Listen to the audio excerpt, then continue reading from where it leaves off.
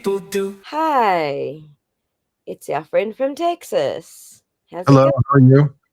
We're good. How are you? Doing great today. Thanks for asking. Cool. I think I got my times all mixed up, so I kind of started a little while back, but That's okay. Well, at least I'm here now. you're here now. Kurt's here. Yeah.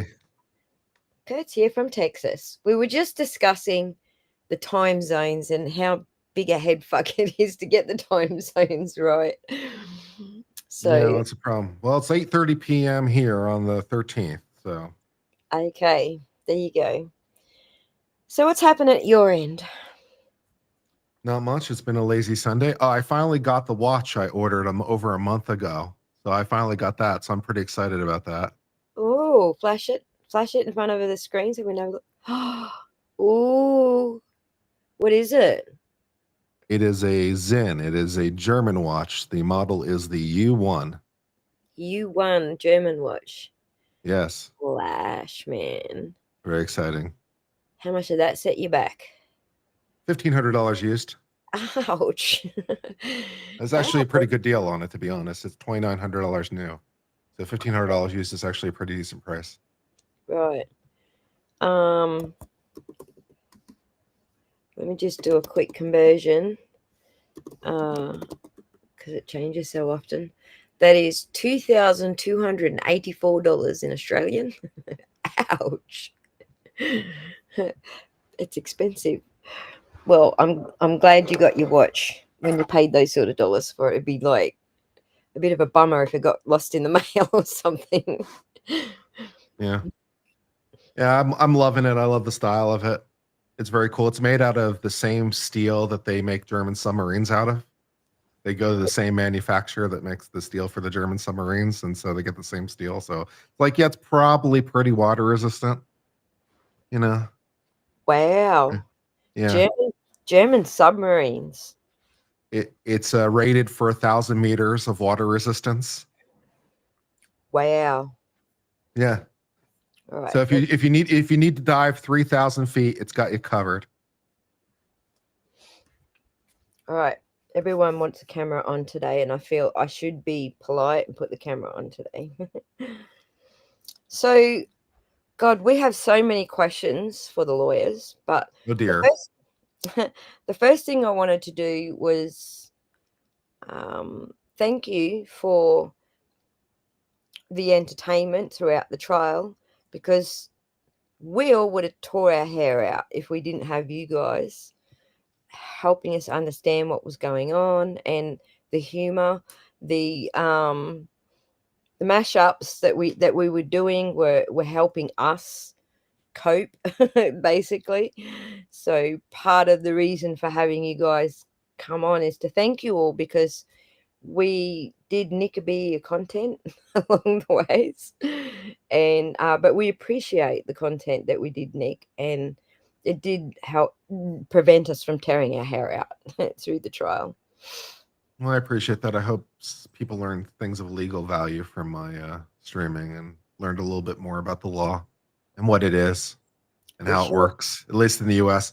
And for what it's fair, because we derive our systems from English common law, we have probably enough in common to be able to understand each other reasonably well. Right. Well, it's taken a lot to wrap my head around the differences, but I've enjoyed the challenge. That's just how my brain works, like I would never have even wanted to understand Australian law if I wasn't looking at American law and trying to compare them. It just wouldn't have crossed my mind to do it for any reason except that here's a challenge. Let's compare. But I've learned a lot. I've learned a lot about American law. I probably learned more about American law than I have about Australian law, actually. So, um, what was the question I was going to ask you? We were just actually discussing Aidan Carney's case. Hmm. And one of the concerns that I have is that we're going to go down the same path as we did with Karen Reid's case. We're going to be stuck with a dickhead judge who doesn't care about the law. What do you think the chances are of that? What's your feeling so far with Judge Doolin? I don't know enough. And to be fair to the judge, the law in this, particularly as it applies to a potential as applied First Amendment challenge, can get very technically tricky Like, as we try to figure out exactly where the borders can be.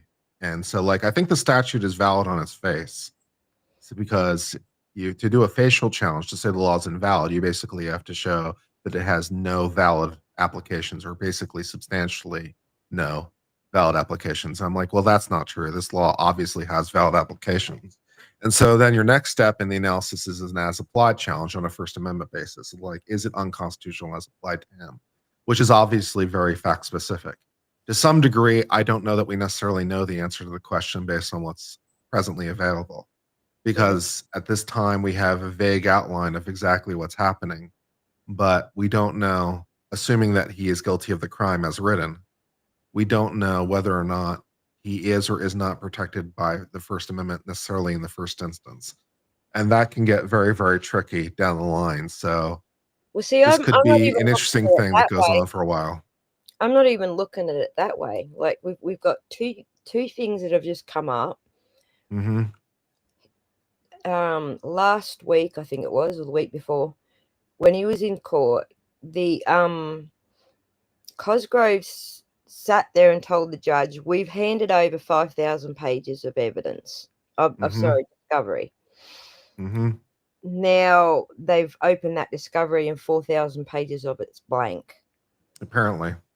So I can't see how any judge could not be cranky about that. I would Once, have some follow-up questions. right. So here's the thing.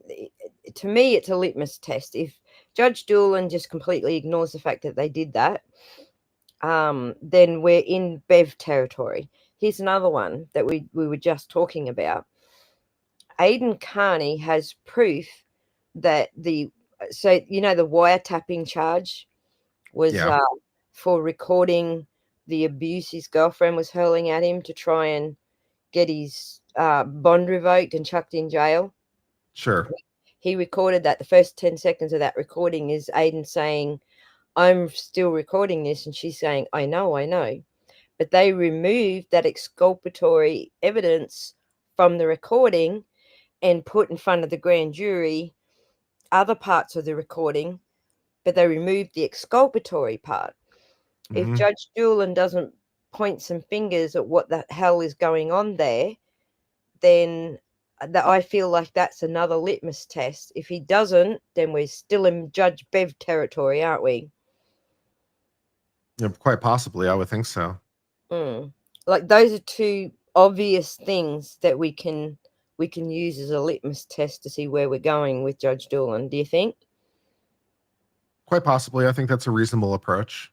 So Yeah, we'll see how it goes. And to the extent that he gives a ruling that is unfavorable, then I'd be interested in the legal reasoning behind it as to whether or not it's a valid opinion or not. Because it's all based on the reasoning.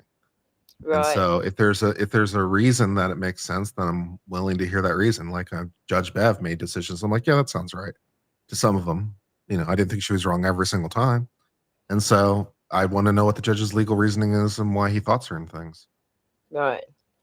For the record, I did. But that's because I'm not a lawyer. I mean, obviously, but uh Yeah, I mean, I thought Judge Bev was correct on, for example, like the motion to dismiss for extraordinary reasons. She was obviously correct on the motion for double jeopardy reasons. Every single court that reviewed it agreed with her. So, I mean, and I thought she was right in the first instance anyway. So, Quizzical makes a good point here. Discovery documents being redacted when they're being handed to the defense. What's the go there? no, they should be handed complete. Right. They The shouldn't only be. except the only exception might be for like confidential informants, but usually they're not identified by name anyway. So do you think Kate Peters is a confidential informant and that's why I they don't know. redacted her shit? I don't know. Well, did you read the letter? Have you read the Better letter yet? Yeah, I mean, I read it. Yeah, right. What did you make of that? I think that he's doing his best job defending his client as he's supposed to do. Right. I mean, they're very similar to objections that I would make. You know, you want to pursue your client's interests. You want to raise every stink. You want to raise every issue that's possible. I think he's doing his Well, job. So the point is, because we've been following Turtle Boy's case since the day he uploaded that recording, we've got all the evidence. Everything that he has mentioned in there may be one or two things in there that were new to us, but everything in that 13-page document that Beto wrote is we've got evidence of. We already had the receipts, not just because Turtle Boy gave them to us. We were sitting there watching Krusty do this shit right in front of our faces. The admitting to fraudulent federal documents just to get back at him for video content. We were actually watching her admit that in public on YouTube. The O'Keefes asked me to look into to get dirt on Aiden and go after him. We were sitting there watching her freaking say that on Roberta Glass's channel. So we've got evidence of those things already. Like, we, as the public just watching on, have already seen the receipts. So nothing that Bettero put in there is a stretch. Let's say it that way. There's evidence of pretty much all of it, but I they. have no doubt that he has a good faith reason to say everything he said. I mean, I have no doubt in my mind. Mm, mm, But of right, course, I'll be interested in the legal reasoning behind any decision that would come out. right. Well, I really wasn't asking you about the legal reasoning. I was really just asking you what you felt about. Let's assume that there is all that evidence there, Mm-hmm. and the prosecution's not giving it to them. Well, if the prosecution's not giving them evidence, then it certainly raises obvious problems under Brady and Giglio. Hmm. So, I mean, And that's obvious. how were the Brady Giglio issues in Karen Reid's trial treated? Well, to the extent that they were revealed, they were solved by the prosecution giving the evidence, which is normally the remedy that you get for a violation. I don't I mean, know. it's normally the same remedy you get on appeal. If you are convicted based on evidence and then it turns out the prosecutor didn't give you everything and you appeal and you win on that basis, typically the remedy is a new trial with the evidence. Yeah. All right. So, I, I, I should have known you were gonna be all technical about it, but Is that why you asked me on? You said you had questions for the lawyers? well, And then you partly, didn't, and then you expected partly. me not to give you a legal answer? No, partly. I wanted separation between opinion. This is my opinion, and this is the legal basis. So, but that's okay. We'll stick with we'll stick with the technical. How's that? Okay. But yeah.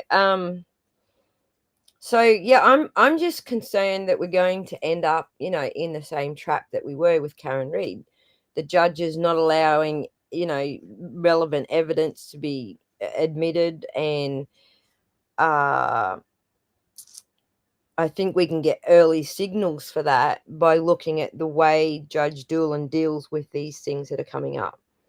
So, Well, that's what I'm trying to say. I'm like, there might be legal reasons. It's mm, mm. possible that there's And some legal reason that the prosecutor is doing the correct thing. I don't know.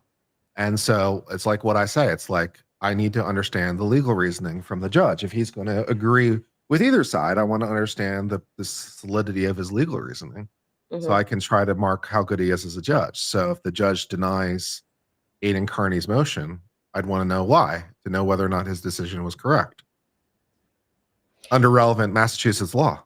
Mhm. Mhm. All right, I follow what you're saying. Right. So, wait to see how Judge Doolan deals with it, because right now it's just a letter between the attorneys. Obviously, Judge Doolan's not aware of it yet. that they Yeah, I got. mean, until someone makes a motion in the judge's court, I guarantee you the judge isn't going to do anything about it. Mm, right, The judge is not going to do it. The judge doesn't even know these letters exist until someone that's brings it to right. his attention. He's not That's supposed to right. know they exist until someone brings it to his attention. So But it was said in open court, we are now giving the defense 3,000 or 5,000 pages of discovery. That was said in open court. So I heard that part. yeah, right. So it started, but we still got to wait and see where it goes to from there. Sure. Um, so the next thing I was going to ask you is, assuming the things that Bettero is stating in his 13-page letter, what are the implications for Kate at this point?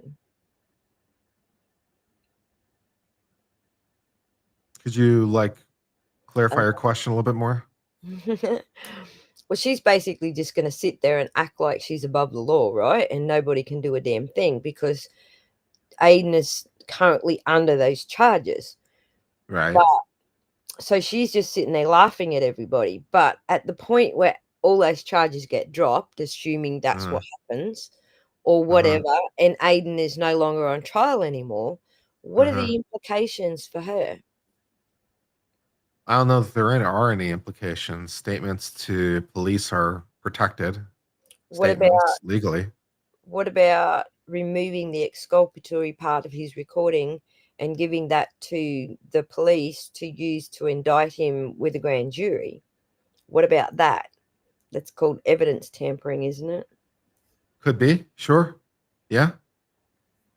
So yeah, possibly, but that certainly takes the prosecutor off the hook. If the prosecutor presented what they had and they had a good faith belief to believe that was what it was, that takes the prosecutor off the hook because they didn't know.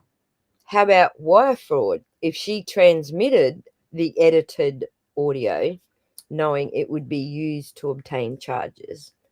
Uh, Usually, wire fraud, you need some sort of pecuniary gain. It doesn't necessarily have to be money, but it has to be something of value. Well, So it's not clear that falls into wire fraud. she is gaining. That's what I thought. I thought Beto was pretty clear about what she's gaining there. She's like getting off all her criminal charges. They're doing a trade ski. They're doing a quid quo pro, as Melanie says. Well, if she was getting off her criminal charges in exchange for providing correct evidence, then presumably the prosecutor could yank the criminal deal and use all the statements that she's made against her to boot. That's one of the things. If you sign a plea deal and you sign guilty, and it's like one of the things of the deal is, to cooperate, and you don't, or you lie, they can then yank the deal, and then they can use your signed statement that you're guilty against you in trial. So it's a very unfun place to be in. So you don't want to do that. She knows she's in an unfun place. That's why she's desperately trying to say that Aiden is doing this as retaliation against her. However, we have her on video on YouTube admitting that she's doing all of this as retaliation against Aiden. Well, if you have her on video saying that, that would be a pretty good basis for making the accusation, because if she herself said it, then Oh, it's pretty hard to say that that's not at least what she said. And she can't sort of complain about it from a defamation point of view, because if she said it, it's like, I have every reason to believe it's true. So, yeah. yeah. Yeah. All right. Interesting. So, what about conspiracy with state actors? Because Well, that's for a where it's going. conspiracy, you actually need an agreement between them to pursue an illicit end. So the mere agreement to a plea deal is not a conspiracy because it's not illicit. The plea deal is completely legal. Hmm. Um, so you need two people for there to be a conspiracy. So you would need someone else to be aware that they're pursuing an illegal end and take an overt step towards that end. So if the prosecutors or the police didn't know that and they didn't agree to it, then you don't have conspiracy. That's why. That's why they're asking for all of the texts and emails and stuff that they're not handing over, basically. But Yeah, that's the point quite of all. possible. Yeah. Crafty Kate, indeed, Quizzy. So JC wants to know how you're doing. You've been accomplishing great things lately. Doing pretty good. I went to the gym 4 days last week, so that was pretty encouraging. Um, I'm trying to do edited videos now more. I've got a one for Jeffrey Epstein that I'm working on for tomorrow, hopefully to post. Um, Everything else is mildly decent in my life. I Nice. filed the amended complaint on behalf of my client in federal court, so that's exciting. Yay. Yay. So we'll see how that goes. Right. Legal minded friends, Karen Cole. Implications for Kate Peters could be obstruction or perverting the course of justice. I think it's just obstruction in America, but yes. We Yeah, have lying to the police can be obstructing. Obstruction is basically when you take action to hinder or hamper or delay or prevent the police from acting. So, one thing that's important in the US, it is not obstruction by itself merely to not cooperate with the police. So, if the police come so if you're a witness to a crime, for example, and the police come to you and say, "Are you a witness?" and you say, "Yes." And they say, like, "We have some questions." It is not obstruction to say, "No, I'm not going to answer your questions." Now, the grand jury can subpoena you, and that would be a valid court order at that point to appear. But it's not obstruction merely to decline to cooperate. Although most police don't know that, and they will absolutely arrest you anyway. But you won't get convicted because it's not obstruction to just fail to cooperate. what if you are um what if you are fraudulently creating evidence? See, now you're taking action now, aren't you? See, that's my whole thing. Like, if you're fraudulently creating evidence and you're providing them false evidence, you're taking an affirmative step at that point. You're not doing something, you're doing something. That's a problem. It's a problem. Yeah. I'm sure she knows it's a problem. That's why she's squealing like a bitch right now. So, she knows as soon as Aiden's done, she's on the hook. She knows that. Mm-hmm. Well, unless they get some sort of conviction for from Aiden's case, then she's not on the hook, I guess. But if he gets let off of everything, and most of it's evidence that she cooked up and gave them, then she knows she's on the hook for all of that, right? Could well be, yeah. Mm, And it could shatter any plea deal or plea arrangement she has. And right. to the extent that she's providing false information, that could obviously be used to impeach her, and so forth and so on. So it's a whole tangled mess. Hmm. And we were just reading the article where all the promises that DA Morrissey made the witnesses in the Karen Reid trial have all been pulled. So it's not like they're going to prop her up forever. So, like, they got a lot more out of those witnesses over 2 trials by promising them protection that they're claiming they're not getting now. That's a question that we all ask. Is there any such thing as when you're a witness and you're subpoenaed to testify Mm-hmm. of protection? Is there a protection racket for witnesses? Because I've testified twice There's and I witness protection in a formal sense. There's that. right. I've I mean, there's a testified. whole witness protection program you may have heard of. I've heard of that. I've heard of that Okay. one. Yeah, so But that can be done by the state level, and it can be done on a more informal basis depending on the need of the protection. mm, So there are legal versions of it. none of those witnesses that testified in Karen Reid's trial, 1 or 2, were in witness protection, were they? No, But they're acting like they were. They're saying, we aren't getting the protection. We just not, there's no point in being a witness because you're not protected. And I'm like, I've been a witness twice and not protected, and I don't get where you're coming from. Because you go there to tell the truth, you get subpoenaed, you have no choice, you have to go and testify. So what the hell are they talking about? What protection? As to them, I couldn't speak to whether they were promised anything that the state failed to deliver. That would be the only thing that I could think of. The state failed to come through on some sort of representation. But I don't know. Good on you, JC. We don't know whose custody, but we know she's in witness protection custody somewhere. Mm. In custody we trust. So, yeah, so these are all just like things that I've been mulling over, wondering, what are the legal ramifications for her? What I don't know if I trust any judge in Massachusetts right now. It's not that I've got any bad vibes off Judge Doolan. I don't think I have yet. I haven't seen him say or do anything that's given me any. It's just it's in Massachusetts, and you're all screwed if you're in Massachusetts. Well, I'd say, give the new judge a chance, just like you would try to judge anyone on their merits. Right. And the judge may make incorrect decisions or decisions I disagree with. But with Judge Bev, for example, it got so wide, like the delta between the expected and the reality got so wide so often. I'm like, there is more systemic problem here. Because Mm, on any given day, I mean, judges are human beings. On any given day, they could make a decision that's wrong. And so the quality of the judge is, I suppose, to some degree, how often they get it wrong and by how much, and whether or not it's emblematic of greater problems. mhm.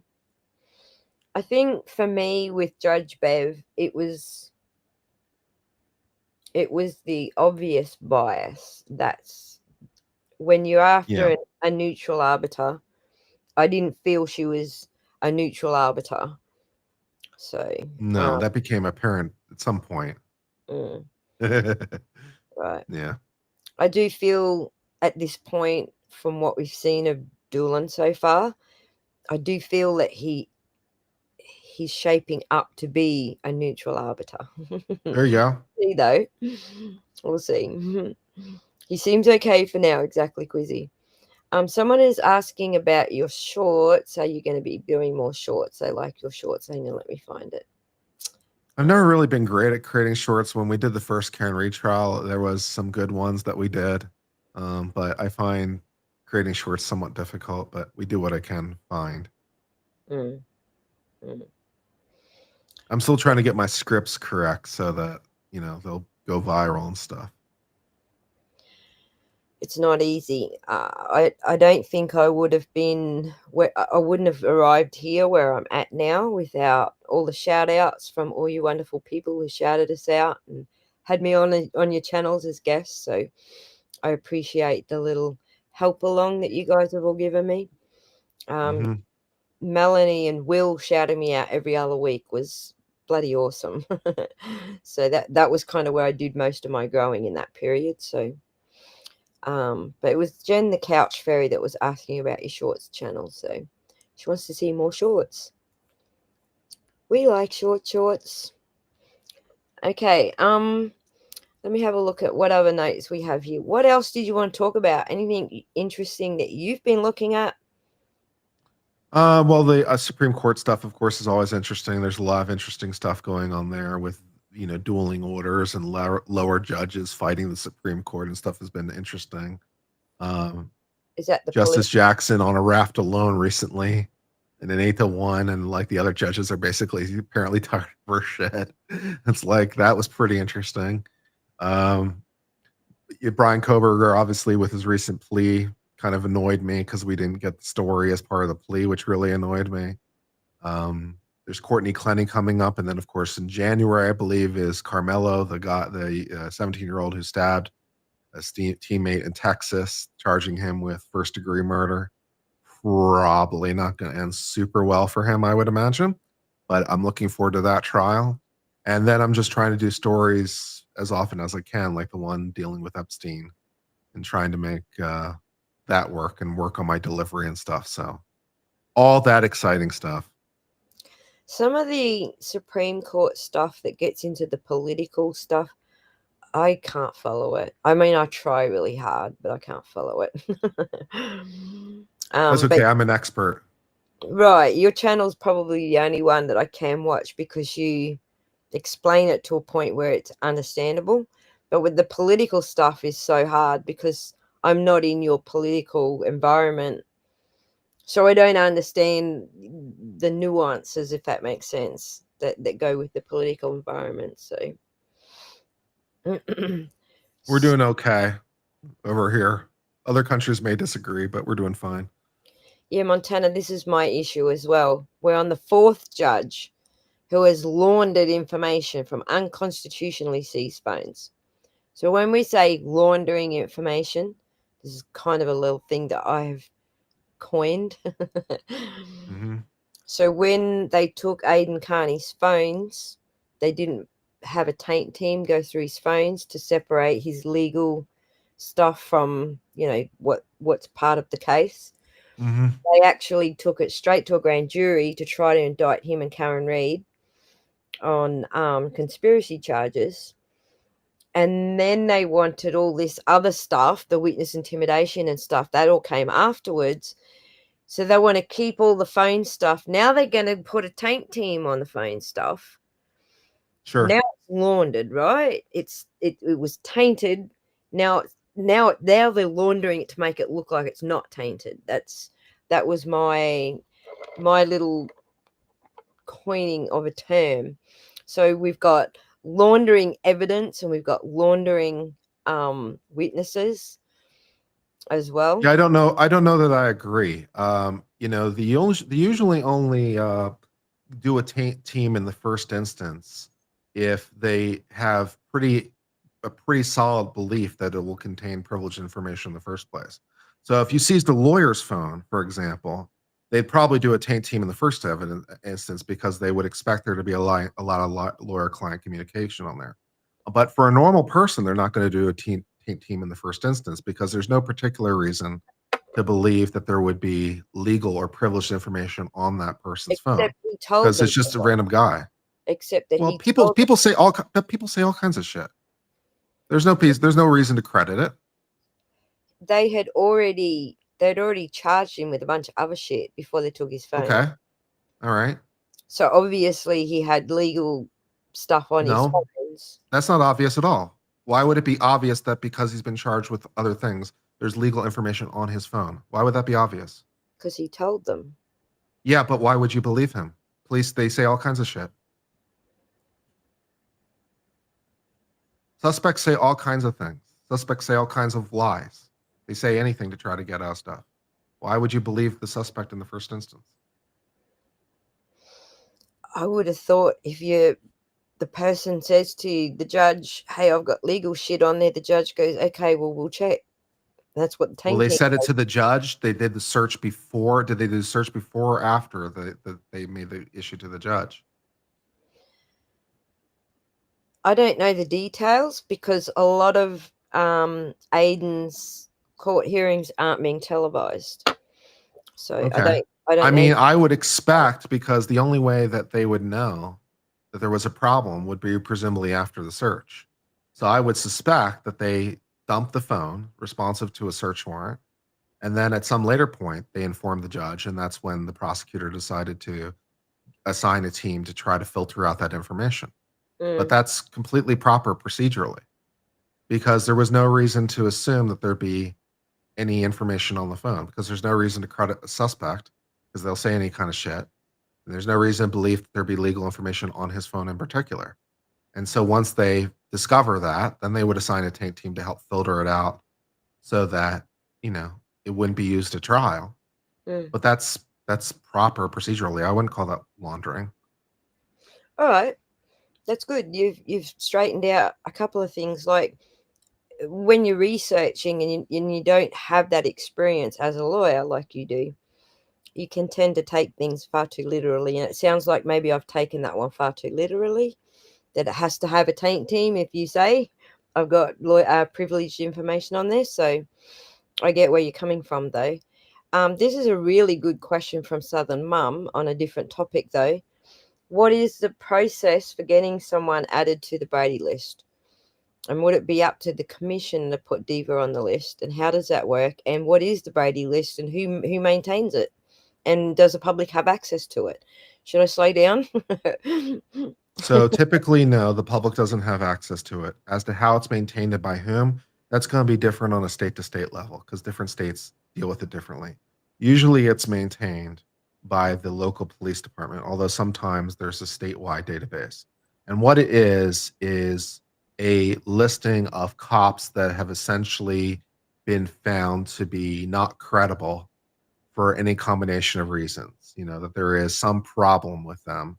And so it is a way to ensure that knowledge of that problem with the cop will be given to any defense lawyer that then encounters a cop like that in their case so that that information is disclosed because the government has to disclose any information in its possession that would uh, make it less likely that the guy did it, lessen his sentence or lessen his punishment, or would indicate that the witness, even if it's a cop, has that's incriminating information or would be impeachment information more precisely. So Mhm. they have to disclose all that information. And that can be on a case specific level and usually is. So what the Brady list is usually for more systemic problems or cops that have been out and out lying or otherwise there's been some problem. And it usually is up to the police commissioner or other, similar authority to make that decision to put them on a list to disclose it. And so then the request to put them on the Brady list is by Jackson was to give notification of this problem. It's like either Dever was lying or she's unreliable. So either it is, well, either way it would be Giglio because either way it taints her credibility because she's a liar, or it taints her credibility because her memory sucks. So So I she think should be added to he that was just list. saying, "I'm putting you on notice." That was really the purpose of his letter, wasn't it? Just to put him on Yeah. notice. Mm. Yeah. I would be surprised if the commissioner gives a response to it. I don't know what they'll do, but I'd be surprised if they give a response. Mm.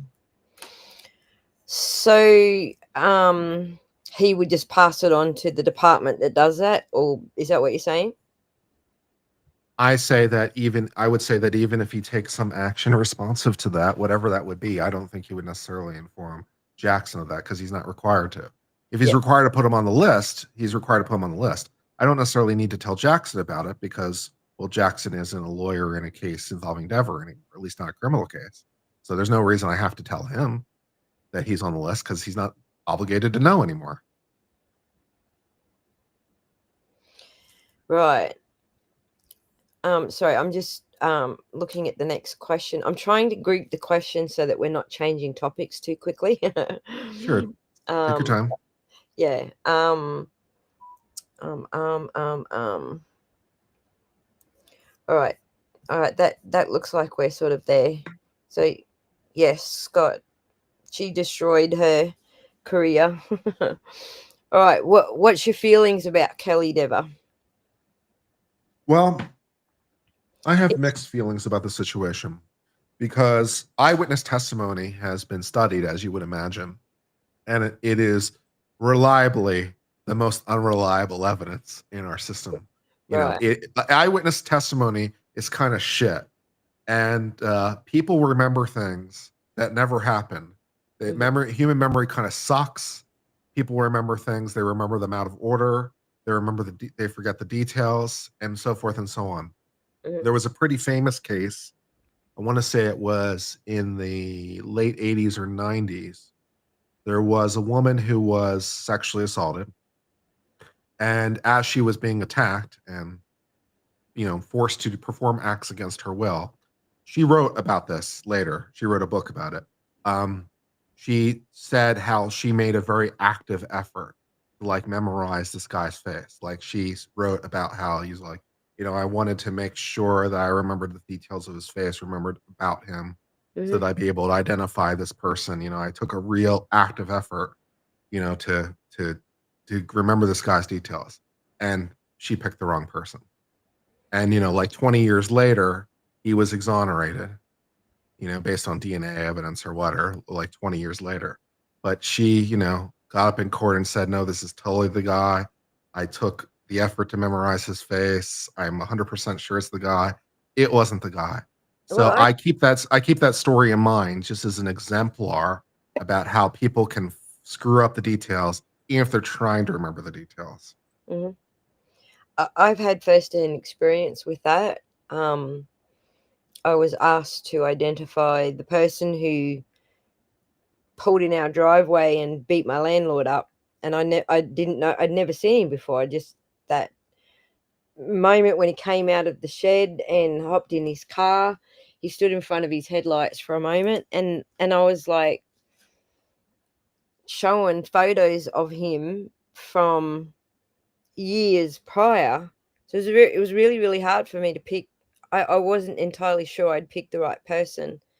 When it was all over and the officer was letting me go, I was like, "Did I pick the right guy?" He was right, "Yeah, you sure did." I was like, "Phew," because that wasn't easy. Because they'd showed he's got his hair all cut real short in a crew cut, like, this much hair left on his head basically. But the photos that they're showing me, he's got long hair. So it was actually really hard to do. So I can testify that yes, it's a hard thing trying to pick someone in a lineup, especially if they look a little bit different. So yeah, So, be going back to Dever, my point was that it's quite possible that she just made a false memory. I mean, I don't discredit that possibility.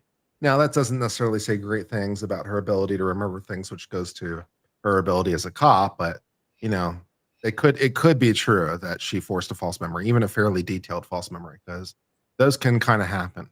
It's interesting because there's all kinds of psychological studies on this. If you go research, you can give people detailed false memories with a little bit of careful questioning, and then they'll swear that this whole happened.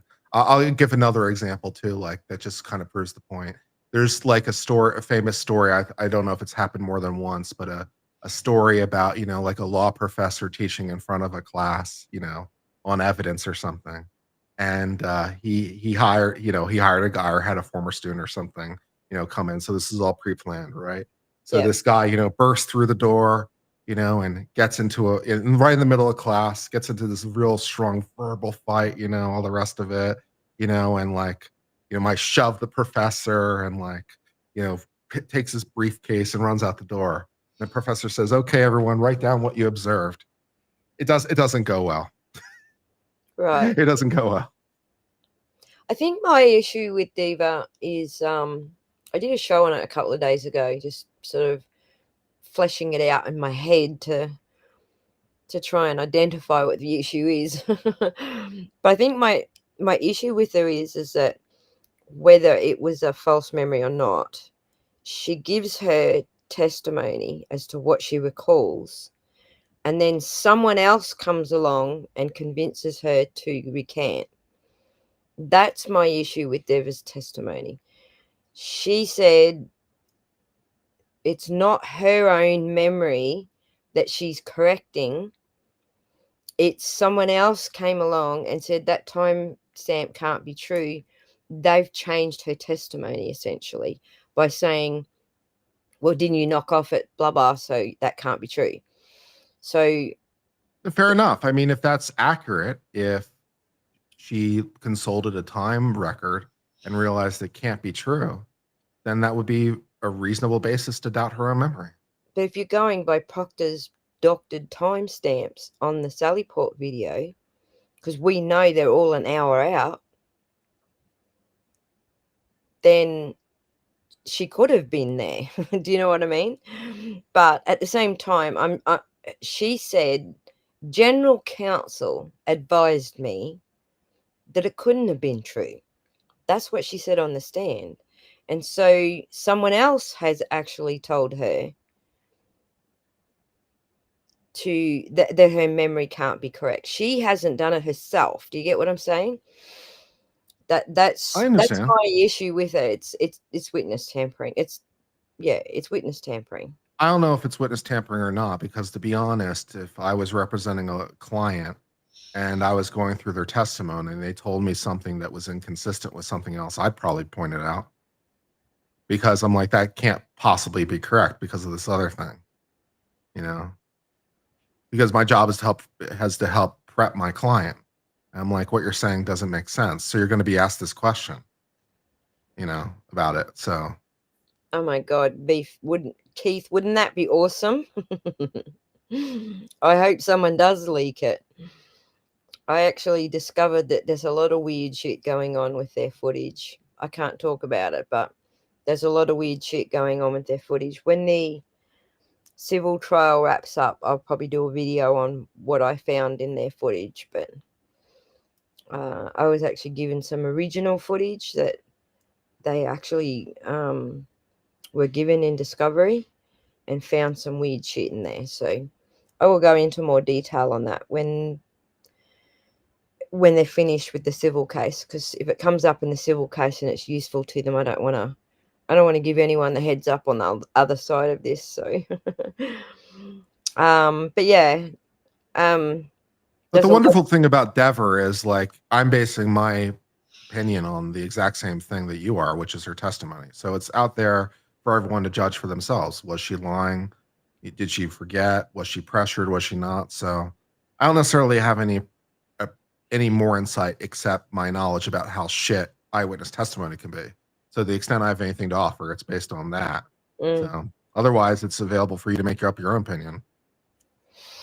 I'm not really too concerned about whether she lied or not. I'm more concerned about whether somebody else influenced her to recant, because that's a bigger issue to me, I guess, than I whether or understand. not. Um, what was the wildest moment in the trial, or in the two trials, for you? Um, I think the one that sticks out to me is when Brian Higgins in the first trial testified about whether or not Karen Reed was ignoring her or not when they were in the bar together. And he said something like, or I think it was the person questioning him. Guess it was Jackson questioning him, and said, "Oh, she was going around.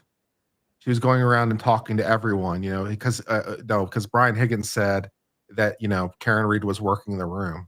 She was going around and talking to everyone. And on my short, I'm like, that's even worse. I'm like, Exactly. that she, maybe she didn't see you, or maybe she was busy with other friends or something. Maybe that's why she didn't come up to see you. But like, if she's working the room, I'm like, oh, so she's working the room, talking to everyone, just not to me. I'm like, that's really sad. That's rough. Yeah. I think that was one of our favorite moments that we caught in the mashups. Actually, was your reaction to that. Yeah, that's probably the one that sticks out the most to me. I'm like, Yep. this is a new level of pathetic. I don't even know what the right verbiage is at this point. I think for me it was when well, I got two wildest moments, one from each trial. The Sally Port footage that they just, weeks into trial, just like, bam, we've got all this footage that we didn't hand over to the defense. That one was and it's reversed. I think that was a big jaw dropper for me. And then I guess the next wildest moment was when Hank Brennan tried to say that the cuts in the back of John's shirt were from the actual That impact. was that was a pretty bad mistake, and the fact Mhm. that no one on his team corrected him in the moment is not great. Right. And his tantrum with Dr. Wolf. That was pretty good. It was just like an ongoing tantrum. There was Lally, no as always, remains my hero. I'm hardcore team Lally. Even Jackson and Baba Leslie, they can all take a second seat. Lucky's my guy, baby. He's my hero. a lot of people were saying, like, we all miss Lally, bring Lally back. To be honest, I found them both difficult to listen to. I found them both difficult to focus on what they were saying, because they both have personality traits and a tone of voice that's very difficult to follow what they're saying. That makes it very difficult to follow what they're saying. Mm-hmm. So I found them equally. unenjoyable. Kurt, you and Natalie were hysterical. And Ozzy, thanks for the mashups. My pleasure. Well, this I is did what enjoy seeing myself in the mashups. I was always a little disappointed when I wasn't in one. I. I didn't seem to be in as many mashups this time around as the first time around. I guess I wasn't as entertaining this time around. Oh well. We were I'll looking try for to the take it. I'll we try to were take it looking for the personally. humor. We were looking for the humor, but what actually happened was I ended up with too many lawyers. I ended up with too many of yous, and I was trying to share the love around, make sure everyone's getting a bit But I in. thought I was first in your heart. Look, no one can beat your reaction to the Higgy text. Your reaction to Appreciate the that. Higgy text. Two things. Your initial reaction to this trial when you first heard about it, no one's going to beat that one. That was probably one of the best reactions that we caught out of everything. Your initial reactions to when you first heard about the trial was like, what, who, what was the thing that you said that was the funniest? It was about, did someone draw the short straw at the DA's office or something along those lines? It was hilarious. Yeah, So, 100%.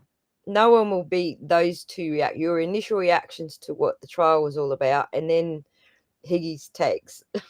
There's close between you and Ian as to who had the best reactions to Higgy's takes. So, but yeah, excuse me. You're excused. I'm giving up smoking, and I'm trying to That's probably a good idea. fuming my way through it. But yeah. It makes my throat a little drier than maybe a cigarette would, believe it or not. It's just supposed to be flavored air, so. Oh, if I left you out, my audience always went looking for you. Aww. But that was the point. The point wasn't to take your content and have it on my channel. The point was to tell people these lawyers are funny, entertaining, informative.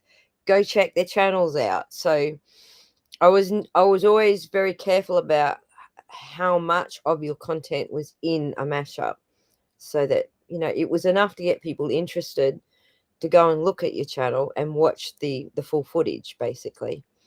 So yeah, a hilarious Kurtism as a reaction. Is that what we're doing now? I don't know. In a Am deadpan I way. frozen? Beg your pardon? Oh, no, no. I was just checking my display. I thought I was frozen for a second. Never mind. Right. I do have sometimes satellite issues. So if anything like that happens, just keep talking. Take it away. Okay, I'll try to keep that up. I sometimes get kidnapped, so um um what's your feeling about the feds? In regards to Karen Reed, Yeah. um, oh, well, I'll say a couple things about this. I'd say first of all, the Fed's jurisdiction here is relatively light. Different countries have different systems. In the American system, almost all prosecutions are done by the state level authority. Federal Oh, prosecutions are by far and away the exception. The feds only can get involved in the first place in certain limited instances. So they need yeah, a jurisdictional hook. corruption, for Yeah, example. basically using for the police, using color of law to deprive someone of their federal rights, basically, is the hook here.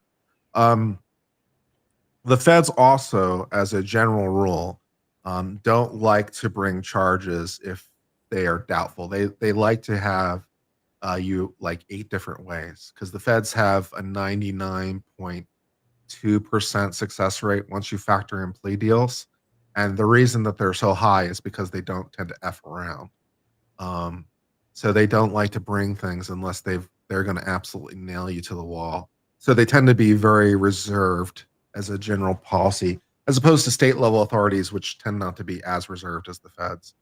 Um, So it could be a whole lot of things. It could be that there's simply not enough evidence to prosecute anyone by Fed standards because of how conservative they tend to be as a institution.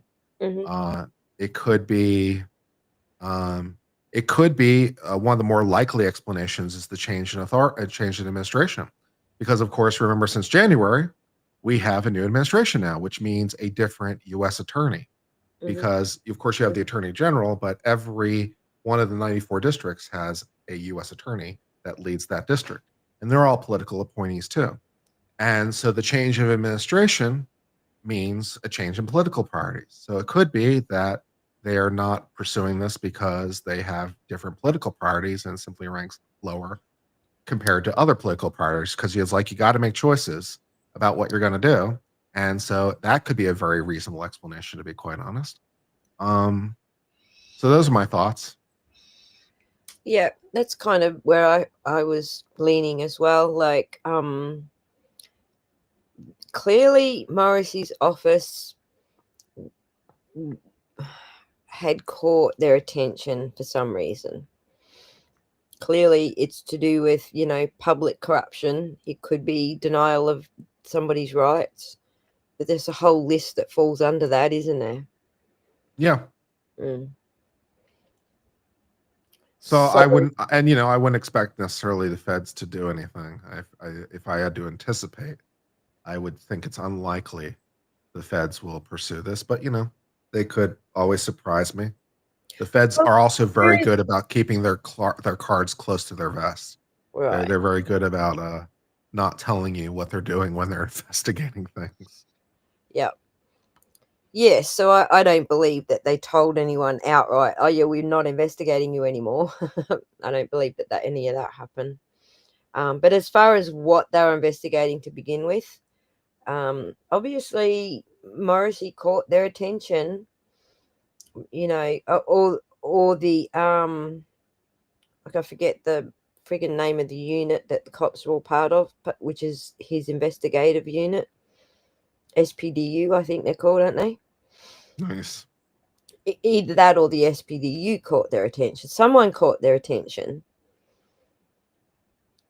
and it was specifically in relation to John O'Keefe because they did the tests on whether or not the car hit him. That's the bit. That's the bit that confuses me, because in that sense they are interfering in the state's trial, aren't they? No, not really. And that's one of the reasons that I think, at least in part, that Bev didn't want the Fed's names mentioned, because I think she thought, among her reasons, it was an undue influence. And I at least I know Jackson has said he thinks every other judge he's ever worked with would have let the Feds in. But maybe I'm one of the few who's like, no, I'm somewhat inclined to keep it out, because I think it's a little bit too prejudicial, because people have strong feelings about the feds, and the feds being the party that hired them is kind of irrelevant. What matters is what they have to testify to. So I don't really have a problem with the feds, in doing an investigation and making an expert known to the parties. That's obviously their calls. They're a witness, so it's up to them. But I I don't think it's improper, because I the didn't think witness it is was simply improper. testifying the same way they would anyway. I'm trying to make the connection between the public corruption and why they would be testing whether the car hit John. Do you get what I'm saying? That there seems to be a little disconnect there for me. What has a car, whether or not the car hit John, got to do with the public corruption if that's their role? Oh, it doesn't. It doesn't in and of itself. What would be the public corruption is the police violating someone's rights by, among other things, faking evidence, or, Overcharging her. well, not overcharging, that's prosecutorial discretion, but knowingly faking evidence, knowingly withholding evidence, knowingly like conspiring to change evidence. That would be the federal hook. Mm.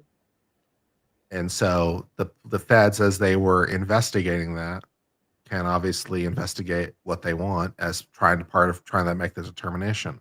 And so if they decide to get into the finer points of this car crash to try to figure out if there was some way to get to that ultimate goal, then that's where the investigation goes. Investigations go where they go, and so that's just how it developed for whatever reason.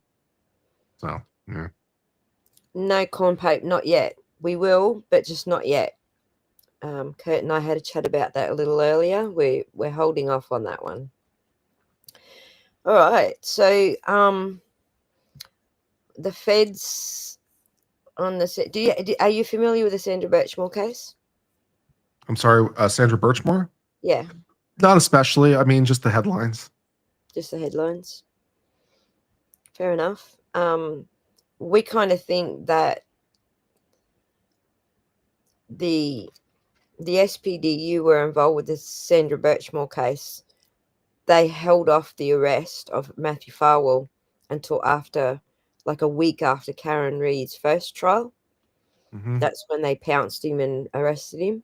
So we Mm-hmm. kind of think that there's some sort of connection between the two investigations there.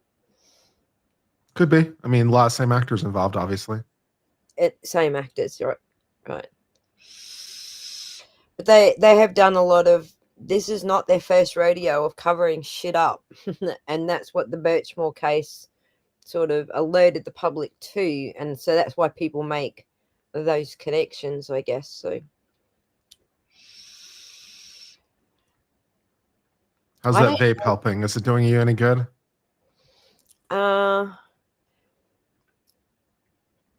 Yes and no.